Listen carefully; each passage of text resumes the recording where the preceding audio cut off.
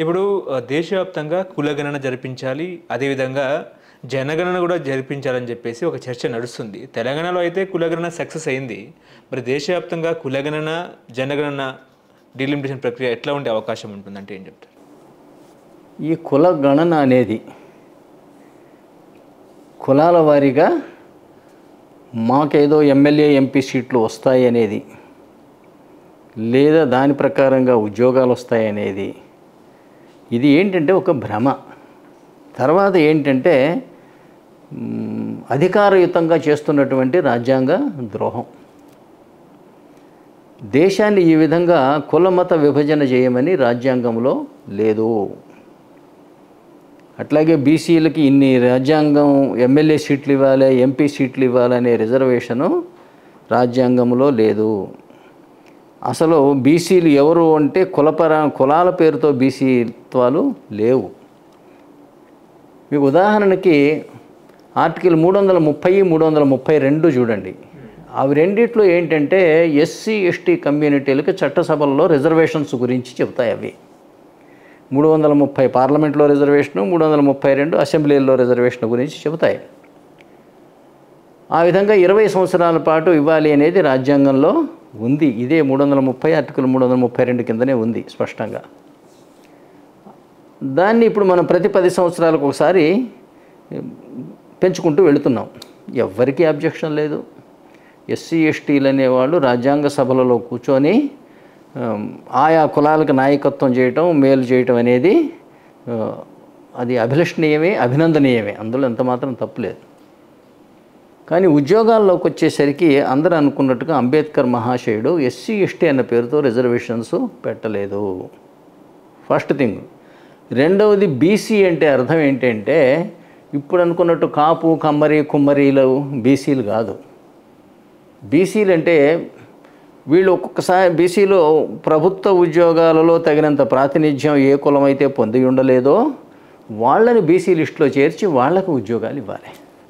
For example Reddy's ఇక్కడ ఓసీల్లో ఉంటారు, అభివృద్ధి చెందిన కులాల్లో. కానీ వేరే ఒక రాష్ట్రంలో వాళ్ళు వెనకబడ్డ బీసీల్లో ఉండొచ్చు. బీసీలు అంటే ఎవరంటే ఇది ఆర్టికల్ 16 చూడాలి మనం. ఓకే. చట్టసభలో రిజర్వేషన్ ఏమో 330, 332. ఉద్యోగాల్లో రిజర్వేషన్ ఏమో ఆర్టికల్ 16. 16లో ముఖ్యమైన కండిషన్ ఏమిటి అంటే జాతి, కుల, మత, ప్రాంత, భాషా భేదాలతోటి ప్రజలను వేరు చేయడానికి వీల్లేదు అని ఉంటుంది ముఖ్యంగా. కాకపోతే ఈ ఆర్టికల్ 16 క్లాస్ 4లో ఉంటుంది కదా, అంటే ఏ కులం అయితే ప్రభుత్వ ఉద్యోగాలలో తగినంత ప్రాతినిధ్యం పొంది ఉండలేదో ఆ కులాలకి బీసీ లిస్టులో చేర్చి ఉద్యోగాల్లో ఇవ్వాలి. బీసీ అంటే కాపు, కుమ్మరి అని కాదు, ఒక్కో చోట బ్రాహ్మడు కూడా బీసీలో ఉండొచ్చు. అందువల్ల ఏంటంటే మేము బీసీలో అని ఎవరైనా కాపు, కమ్మరి, కుమ్మరి అనుకోవటం అన్యాయం అన్నమాట. అది రాజ్యాంగ పరిజ్ఞానం లేకుండా జరుగుతున్నది అది. అట్లాగే ఉద్యోగాల్లో ఎస్సీ ఎస్టీలకు కూడా ఎస్సీ ఎస్టీ అన్న పేరుతో ఉద్యోగం ఉండదు. మాల, మాదిగ, డక్కల, ఎరుకల, యానాది ఈ పేరుతో ఉండాలి. ఆ పేరుతో రిజర్వేషన్స్ ఉండాలి తప్పితే ఎస్సీ అన్న పేరుతో ఉండటానికి వీల్లేదు. ఎస్సీలు అంటే మాల, మాదిగ ఇద్దరేనా ఏంటి? వీళ్ళిద్దరే నువ్వెక్కువ తిన్నావంటే నువ్వెక్కువ తిన్నావని పోరాడుతున్నారు. మరి ఎరుకల, యానాది, డక్కల, బుడబొక్కలు వాళ్ళ గతి ఏమిటి? వాళ్ళు పోరాడే అంతమంది లేరు, అంతమంది అభివృద్ధి చెందిన వాళ్ళు లేరు, అంత నాగరికత లేకుండా ఇంకా ఎక్కడో అడవుల్లో, పల్లెటూరు, మారుమూల ప్రాంతాల్లో బ్రతుకుతున్నారు. అందువల్ల ఏంటంటే ఎస్సీలు అంటే ఓన్లీ మాలమాదిగలు అనుకోవటం, ఎస్టీలు అంటే కోయాలు, అంబాడీలు మాత్రమే అనుకోవటం, ఈ రిజర్వేషన్స్ మాకని పోట్లాడటం, ఇది చాలా తప్పు. అంబేద్కర్ మహాశయుడు ఆ రకమైన రిజర్వేషన్స్ పెట్టలేదు. ఉద్యోగాల విషయంలో వచ్చేసరికి భారతదేశం మొత్తం 2 కులాలు, బీసీయా, ఓసీయా, దట్స్ ఆల్. ఇది ఒక్కో రాష్ట్రానికి ఒక్కోలా ఉంటుంది. ఇది ఆర్టికల్ 341. బీసీలు అంటే ప్రభుత్వ ఉద్యోగాల్లో తగినంత ప్రాతినిధ్యం పొంది ఉండని వాళ్ళు తప్పితే ఈ పుట్టుకతో కమ్మరి, కుమ్మరి, కాపులు బీసీలు అన్నమాట అబద్ధం మాట. ఓసీలంటూ బ్రాహ్మడు ఒక చోట ఒక రాష్ట్రంలో ఓసీలు అయితే ఒక రాష్ట్రంలో బీసీలు కూడా అవ్వచ్చు. కానీ ఎస్సీ ఎస్టీలు మాత్రం మనం ఎప్పటికీ అవ్వలేం. దానికి ఒక షెడ్యూల్ ఉంది.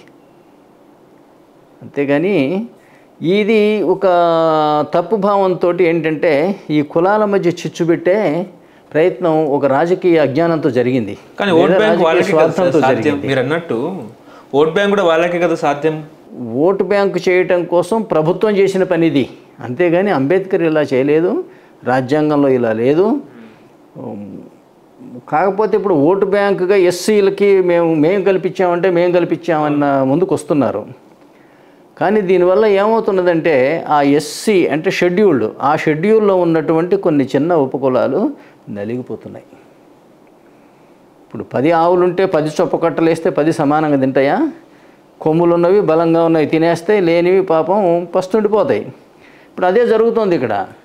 నేను ఎస్సీకి ఇదిగో 12% అని రిజర్వేషన్స్ ఇస్తే మాదిగా తింటున్నారు. మరి ఎరుకల యానాది డెక్కల వాళ్ళ గతి ఏంటి? కింది స్థాయి దాకా వెళ్ళట్లేదు రిజర్వేషన్. ఓటర్లే. ఇప్పుడు అట్లాగే ఎస్టీలు కూడా, ఎస్టీలు వాళ్ళ కోయ నాయక కొంతవరకు పొందుతున్నారు. మరి వాట్ అబౌట్ చెంచులు, కొండరెడ్లు, గోండ్లు? వాళ్ళు ఇంతగా ఆర్గనైజ్ కూడా అవ్వలే. ఆర్గనైజ్ అయ్యేంతటి నాగరికత కానీ లేకపోతే వాళ్ళ అది కానీ లేదు వాళ్ళ దగ్గర చైతన్యం వల్ల ఈ రకమైన రిజర్వేషన్స్ అనేది రాజ్యాంగం దర్శించలే. ఇది ఓటు బ్యాంకు రాజకీయాల కోసం ఏంటంటే ప్రజలకు సంక్షేమం జరుగుతున్నదా అన్యాయం జరుగుతున్నదా అనే కనీస భావన కూడా లేకుండా ఎస్సీలకు ఇస్తున్నాం, ఎస్సీలందరూ మాకు ఓటేయండి, ఎస్టీలకు ఇస్తాం, ఎస్టీలందరూ మాకు ఓటేయండి, బీసీలకు ఇది ఇస్తాం, బీసీలందరూ మాకు ఓటేసేయండి. ఇది ఒక దుర్మార్గమైన. వాళ్ళ రాజ్యాంగం వచ్చి 75 సంవత్సరాలు జరిగిన సందర్భంలో ఒక మంచి ప్రశ్న వేశావు. 75 సంవత్సరాలు కూడా ఇంకా ఇప్పటికీ కులాల కొమ్ములాట్లే. కానీ నిజానికి ఈ 75 సంవత్సరాలలో సామాజిక పరిస్థితులు దిగజారినాయి, పెరగలే. ఇవాళ అనేక కులాలు కులంతో కొట్టుకుసొస్తున్నాయి. ఒకరి మీద ఒకరికి కుల విద్వేషాలు ఉన్నాయి. ఇవాళ బీసీలంతా ఒకటని అంటున్నాం. అవును, బీసీ రాజ్యాధికారం అంటున్నాం కదా. అది ఒక వీళ్ళందరూ ఏంటంటే ఆ పేరుతో అందరూ నాకు ఓటేస్తే నేను దన్నుకుపోదాం రాజ్యాధికారం అన్న ఉద్దేశంతో మాట్లాడేవాళ్ళే తప్పితే, బీసీలు అంటే ఇప్పుడు కాపులు నిలబడితే కుమ్మరి మొత్తం వేసేస్తారా ఏంటి? కాపు నిలబడితే ఎవరికి వాళ్ళు నిలబడ్డవాళ్ళు నేను బీసీని కాబట్టి 52% బీసీలు ఉన్నారు, అందరు నాకే ఓటేసేయాలంటాడు. ఇది స్వార్థంతో అనే మాట. కానీ నిజంగా బీసీలందరికీ ఏదైనా రాజ్యాంగ ఫలాలు అందించే ప్రయత్నం వీళ్ళు ఎవరైనా చేస్తున్నారా? మా బీసీలకు ఎంత శాతం కావాలి అంటారు. బీసీలు అంటే ఎవరయ్యా బాబు? మరీ చిన్న వాళ్ళు ఉన్నారు, కుమ్మరోళ్ళు ఉన్నారు, వాళ్ళ గురించి పట్టించుకునే వాళ్ళే లేరు. ఎంతసేపటికి ఏంటంటే రాజ్యాధికారం కోసం పోరాడుతున్నటువంటి కొన్ని మన బీసీలు అనుకునే వాళ్ళల్లో కొంచెం డబ్బు ఉన్నోళ్ళు, కొంచెం లేకపోతే చైతన్యం ఎక్కువ ఉన్నవాళ్ళు వారు మాట్లాడుతున్నారు. అంతే తప్పితే నిజంగా బీసీల్లో అట్టడుగు వర్గాల్లోకి ఏదైనా మేలు జరిగే ప్రయత్నం జరుగుతున్నదా అంటే జరగట్లా. అది ఎప్పుడు జరుగుతుంది అంటే రిజర్వేషన్స్ అనేది బీసీ అంటే అర్థం పుటకతో వచ్చేది కాదు. పుటకతోటి కులం వస్తుంది, అంతేగాని బీసీ రాదు. పుటకతోటి కుమ్మరి అవుతారు మీరు, అంతేగాని మేము బీసీలు అనటానికి వీల్లేదు. బీసీ అంటే ఎవరు అంటే ఒక్కోసారి బీసీ లిస్టులో రెడ్డి ఉంటాడు, కమ్మ ఉంటాడు, బ్రాహ్మడు కూడా ఉంటాడు. ఒక్కో రాష్ట్రాల్లో ఇక్కడ ఉండకపోవచ్చు. అంటే ఆ రాష్ట్రంలో ప్రభుత్వ ఉద్యోగాల్లో తగినంత ప్రాతినిధ్యం పొంది ఉండకపోతే ఏ కులమైనా సరే బీసీ లిస్టులోకే వస్తుంది. బీసీ ఓసీ రెండే ఉంటాయి ఉద్యోగాలకు వచ్చేసరికి. చట్టసభల్లో సంగతి వేరు. ఎస్సీ ఎస్టీలకి అది ఎక్కడుంది, పైగా అది ఇట్లా దేశవ్యాప్తంగా ఉందే. వాళ్ళ రిజర్వేషన్స్ ఎక్కడున్నాయంటే ఆ ట్రైబల్ ఏరియాస్కే ఉంటాయి అవి. అందువల్ల అది జస్టిఫైడ్. వాళ్ళ ప్రాంతాన్ని వాళ్ళు పరిపాలించడం మెజారిటీ ఉన్న చోట అది మంచిదే. కానీ ఈ కులం చేత బీసీ అనకూడదు, కులం చేత కమ్మరి, కులం చేత కుమ్మరి, కులం చేత కాపు, అంతేగాని కులం చేత బీసీ అనుకుంటే మాత్రం చాలా పొరపాటు. అది రాజ్యాంగం అలా పెట్టలే. కానీ మీరన్నట్టు సాధ్యమవుతుందా దేశంలో జనగణన జరిగించాలి, అదేవిధంగా కులగణన సాధ్యమవుతుందా? రేపు మాపు జమిలీ ఎన్నికలు కూడా అంటున్నారు. 27 కల్లా జమిలీ ఎన్నికలు వస్తే ఏపీ తెలంగాణ పరిస్థితి ఎట్లా ఉండే అవకాశం ఉంది? ముందు ఈ కులాన్ని లేదా మతాన్ని ఉపయోగించుకొని రాజ్యాధికారాన్ని సాధిద్దామన్నటువంటి ఈ దుర్బుద్ధి పోవాలి. అది సాధ్యం కాకూడదు. ఓకే. రాజ్యాధికార సాధన తంత్రంలో కులాన్ని మతాన్ని ఒక పావుగా వాడుకోవటం అనేది దుర్మార్గం. అయితే మరి ఇప్పుడు జమిలీ ఎన్నికలు వస్తాయి ఏమిటి వగేరా అన్నారు కదా. ఇప్పుడు అసలు జమిలీ ఎన్నికలు అంటే ఏమిటి? One nation one election. పార్లమెంటుకి వివిధ రాష్ట్రాల శాసనసభలకి ఒకేసారి ఎన్నిక జరపటాన్ని మనం జమిలీ ఎన్నికలు అని అనాలి. నిజానికి భారత రాజ్యాంగంలో అది ఉన్నది.